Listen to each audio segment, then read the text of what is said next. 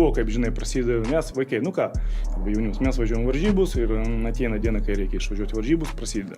Aš susirgau, kitas aš traumą gavau, pas Dominiką to niekada nebuvo. Tai va, dėl to jis, aš manau, ir daug kartą, kai jam pakelia ranką. Jis startą pas jį labai geras buvo, jis beveik ne vienos kovos nepralaimėdavo. Visą laiką išeidavo ir anksčiau laiko laimėdavo. Ir kiekvienas varžybos, aš taip galvoju, bus geras, kuo toliau bus geresnis, tikrai geras.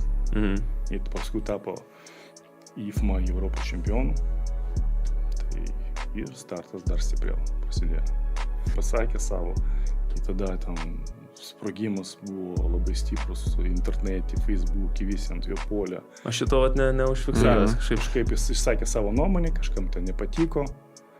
Nes aš čia iš gerosios pusės tą atsimenu, sakau, kur jisai jaunas sportininkas, nori daug pasiekti Lietuvoje ir ten buvo Žalgirio arenoje, gal netgi ten tas interviu darytas, man atrodo, Rūbinės pagal tai, ką aš pažinau. Nu, čia eilinis galima sakyti, bet pats tas, kai aš prisimenu, kai jis pasakė ir visur ten sprogimas buvo, jis pasakė tada savo nuomonę.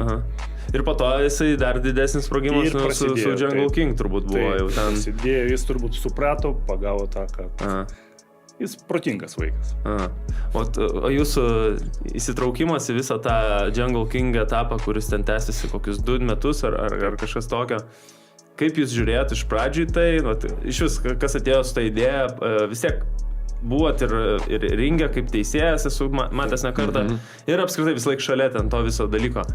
Kas buvo galvoje, kas čia vyksta va dabar, ar čia, nes vis tiek esat iš labai senų laikų jau koviniam sporte, matėt profesionalias varžybas ir pradedat matyti, kaip kovoja Mineda su Maybachu, ar kad ir kas ten bebūtų, ne? Tai ką galvojat šiaip apie tą visą konceptą ir žiūrėkit, nusinešę žmonėms patikdavo ką? Kraujas ir šovo, ne? Tai žmonėms, jeigu tai patiko, kodėlgi ne, darydavo.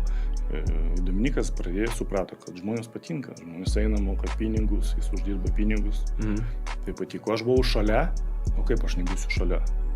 Jis atėjo pas mane, buvo 10 metų. Jis man, kaip mano sūnus, tu sūnų atsakysi padėti ar dar kažką. Aišku, kad ne. Tai... O šiaip nebuvo to, aš tik klausiu, nes įdomu, vis tiek yra tokių tradicinių žmonių, kur kovinį sportą labai myli, ir gal tokias kovas pamatyti, nėra labai smagu iš sporto pusės, iš kovinio sporto pagarbos ir taip toliau. Žiūrėkit, pažiūrėsim, Mike Tyson, Muhammad Ali, tai nebūdavo